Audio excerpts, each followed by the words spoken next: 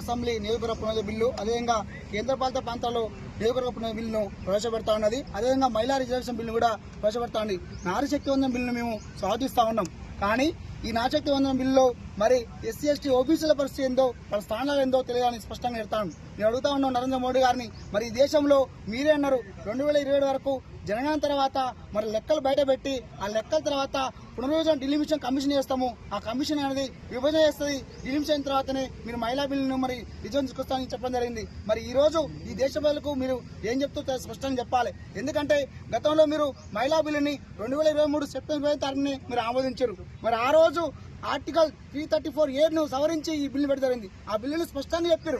ఏదైతే జనగణన తర్వాతనే లెక్కలన్నీ బయటపెట్టిన తర్వాత డిలిమిషన్ కార్యక్రమ కమిషన్ ఏర్పడిన తర్వాత మరి జనమాత భాష కాకుండా మరి జనగణన ద్వారానే మరి నియోజకవర్గం ఏర్పరుస్తామని స్పష్టంగా చెప్పారు. మరి ఈ రోజు మరి రాష్ట్రంలో 50% సీట్లు పెంచుతా ఉన్నారు. దీనివల్ల దక్షిణాది కావచ్చు, ఈశాన్య కావచ్చు, వాయువ్య చిన్న రాష్ట్రాలకు అన్యాయం చేద్దామని ప్రధానంగా కోరుతా ఉన్నాం.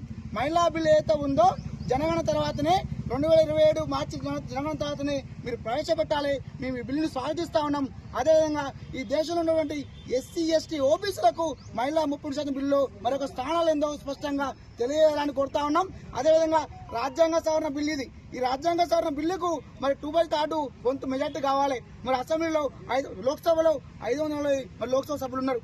మరి మీ బలము 292 360 బిల్లు 360 మంది మెంబర్స్ కావాలి బిల్లు ఆమోదించడానికి. ఏ విధంగా విపక్షం కలుపుకోకుండా మరి ఈ బిల్లును ఆమోదిస్తామని మరి దేశ ప్రజలకు మోడీ గారు స్పష్టం చేయాలి. నారీ శక్తి వందనం బిల్లు మేము వ్యతిరేకం కాదు.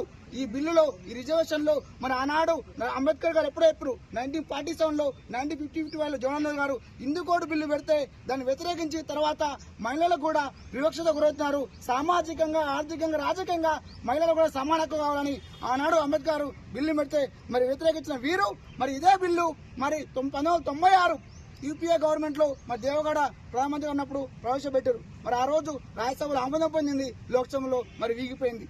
వాజ్పేయి కావచ్చు, మన్మోహన్ సింగ్ కావచ్చు, ఈ ప్రభుత్వాలు పనిచేసే క్రమంలో ఎప్పుడు కూడా ఈ బిల్లు గురించి మాట్లాడలేదు. ఈరోజు దేశంలో మరి పెద్ద రాష్ట్రాలు ఎన్నికలు జరుగుతా ఉన్నాయి. పశ్చిమ బెంగాల్, తమిళనాడు రాష్ట్రాల్లో ఈ ఎన్నికలు దృష్టిలో ఉంచుకొని దేశంలో ప్రజల్ని అమాయకం చేస్తూ మరి కళ్ళ ఉంచిన విధంగా ఈ కేంద్ర ప్రభుత్వం వేధిస్తా ఉన్నది. ఎందుకు ఇంత త్వరగా ఈ బిల్లు పెడుతున్నారు అర్థం కావట్లేదు. ఈ దేశ ప్రజలకు ప్రధానమంత్రి గారు స్పష్టం చేయాలి.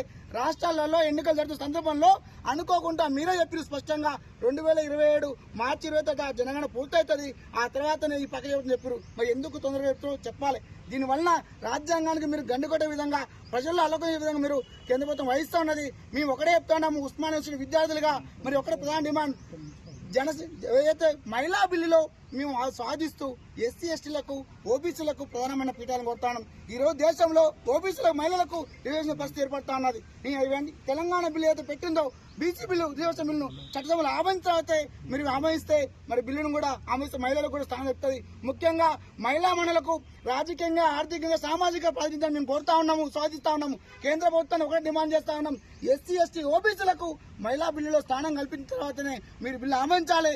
ముందుగా 2020 జనగణన అయిన తర్వాతనే డీలిమిట్ కమిషన్ వేయాలి. కమిషన్ తర్వాతనే మరి నియోజకవర్గాలు ఏర్పాటు చేయాలి. దాని తర్వాతనే మహిళా బిల్లును ప్రవేశపెట్టి మరి మహిళలకు రాజకీయంగా ప్రధానం కొడతా ఉన్నాం. కేంద్ర ప్రభుత్వం వహించే ఈ నిర్లక్ష్య